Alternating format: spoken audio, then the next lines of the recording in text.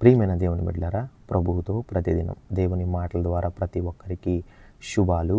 ఈరోజు పరిశుద్ధ లేఖన భాగం నుంచి సామెతల గ్రంథం 19వ అధ్యాయం 5వ వచనం. కుటసాక్షి శిక్ష నొందకపోడు, అబద్ధములాడువాడు తప్పించుకొనడు. చిన్న ప్రార్థన చేసుకుని వాక్యంలోకి వెళ్దాం. స్తోత్రం నాయన, పరిశుద్ధుడా, మహోన్నతుడా, సర్వశక్తిమంతుడా, నీ ఘనమైన నామానికి వేలాది వందనాలు, స్తోత్రములు ప్రభువా. ఇదిగో తండ్రి, ఈ ఉదయకాల సమయాన మీరు మాతో మాట్లాడుచుండగా ప్రభువా, ఏదైతే మాట్లాడతారో ప్రభువా, అటువంటి మాటలన్నీ కూడా మా హృదయంలో ధ్యానించుకునే విధంగా సహాయం చేయండి. ఆ రీతిగా మా జీవితాన్ని నడుచుకునే విధంగా సహాయం చేయండి. ప్రతి ఒక్క బిడ్డని మీ రెక్కల చోటను కాచి దాచి భద్రపరిచి ప్రతి ఒక్క కుటుంబాన్ని కూడా ప్రభువా మీ దక్షిణ హస్తంతో ప్రభువా మీ పాదాల సన్నిధికి చేర్చుకుంటారని, ఈ కొద్ది ప్రార్థన ద్వారా మీరు మహిమ పొందుకున్నారని యేసు నామములో అడిగి వేడుకుంటున్నాం తండ్రి, ఆమేన్. ప్రియమైన దేవుని బిడ్డలారా, కుటసాక్షి శిక్ష నొందకపోడు, అబద్ధములాడువాడు తప్పించుకొనడు. కుటసాక్షి అంటే ఒక నేరాన్ని కానీ, ఒక దోషాన్ని కానీ, లేదా ఒక అబద్ధపు సత్యాన్ని కానీ దాచిపెట్టేవాడినే కుటసాక్షి అంటారు. అయితే ఇతడి వల్ల ఏం జరుగుతుందంటే, నిర్దోషులేమో శిక్ష పొందుతారు, దోషులేమో బయట తిరుగుతారు. ఎస్, అటువంటి అబద్ధపు సాక్ష్యానికి అంత విలువ ఉంది. యేసుప్రభు గారు కూడా ఒక మాట చెప్పారు. సాతాన్ని తండ్రితో పోల్చాడు, అంటే అంత డేంజర్ అన్నమాట. సో అటువంటి అబద్ధపు సాక్ష్యాల్ని మనం ఎలా స్వీకరించుకుంటున్నాం, మన జీవితంలో ఎటువంటి రీతిగా నమ్మేస్తున్నాం అనేది దేవుని వాగ్దానం సెలవిస్తుంది. అటువంటి అబద్ధపు సాక్ష్యాలు చెప్పేవారిని, అలాగే అటువంటి అబద్ధపు సాక్ష్యాలకి ప్రోత్సహించేవారికి, అటువంటి అసత్యపు ధోరణులు చేసేవారికి కూడా శిక్ష నొందకపోడు, అంటే దేవుడి చేతిలో నుంచి తప్పించుకోకుండా ఉండలేడు.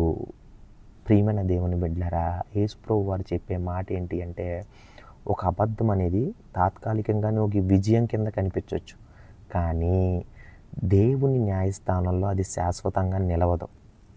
అలాగే దేవుడు అటువంటి అబద్ధపు సాక్ష్యాలకి శిక్ష అనేది ఆలస్యం చేయవచ్చు, కానీ అన్యాయం పట్ల ఎప్పుడూ కూడా మౌనంగా ఉండడు. ప్రియమైన దేవుని బిడ్డలారా, ఆలోచించండి. అబద్ధములాడివాడు తప్పించుకొనడు.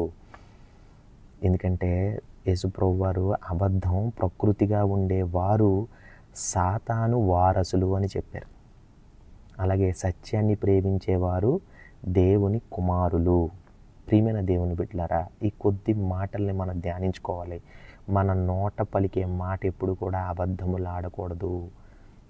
నీతిమైన మాటలు మాత్రమే మాట్లాడాలి, సత్యాన్ని మాత్రమే మాట్లాడాలి. కానీ ఈరోజు నువ్వు చెప్పే అబద్ధం నీకు అది ఆనందం కలిగించవచ్చు, విజయానికి దారి తీయచ్చు, కానీ అదే విజయం ద్వారా నువ్వు శిక్ష కూడా పొందుతావు. గుర్తుపెట్టుకోండి, మనం అందుకే ఎప్పుడు కూడా మన మాటల్ని సత్య ద్వారంలో మనం నడపాలి.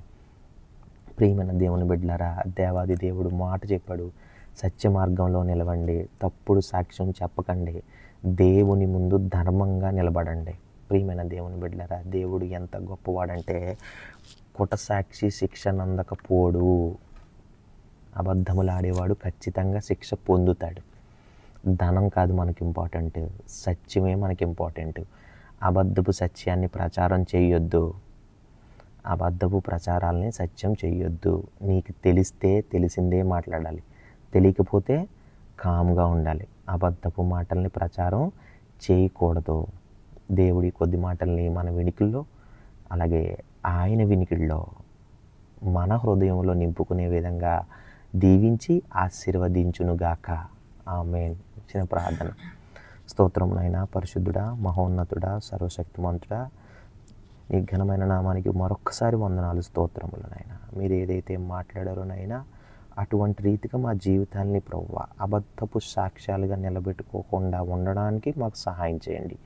అబద్ధపు మా జీవితాల్లో ఇంపార్టెంట్ కాదు తండ్రి, సత్యపు మాటలే ఇంపార్టెంట్. మీ ప్రేమ దయ మాకు ఇంపార్టెంట్, మీ ప్రేమ కరుణ మాకు ఇంపార్టెంట్. ఆ రీతిగా ప్రతి ఒక్క బిడ్డకి కూడా మీరు సహాయం చేసే విధంగా, ఈ మాటలను వాళ్ళ హృదయంలో నింపుకునే విధంగా సహాయం చేయమని, ఈ కొద్ది ప్రార్థన ద్వారా మీరు మహిమ పొందుకున్నారని యేసు నామములో అడిగి వేడుకుంటున్నాం తండ్రి, ఆమేన్.